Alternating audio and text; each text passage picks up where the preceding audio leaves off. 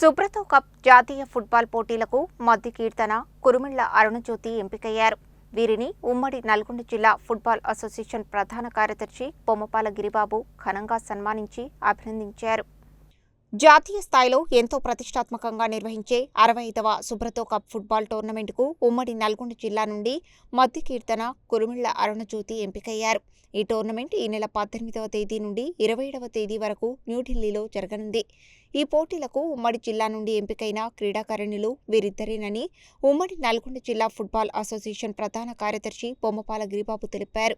ఈ సందర్భంగా అసోసియేషన్ పక్షాన క్రీడాకారిణులను శాలువాలతో ఘనంగా సత్కరించారు. అనంతరం గిరిబాబు మాట్లాడుతూ, ప్రస్తుతం 8వ తరగతి చదువుతున్న వీరిద్దరూ గతంలో సబ్ జూనియర్ జాతీయ స్థాయి, స్కూల్ గేమ్స్ ఫెడరేషన్ జాతీయ స్థాయి పోటీలలో పాల్గొన్నారని గుర్తు చేశారు. రాష్ట్ర స్థాయిలో ఉత్తమ క్రీడాకారిణులుగా నిలిచి ఎన్నో మెడల్స్, ప్రశంసాపత్రాలు సాధించారని కొనియాడారు.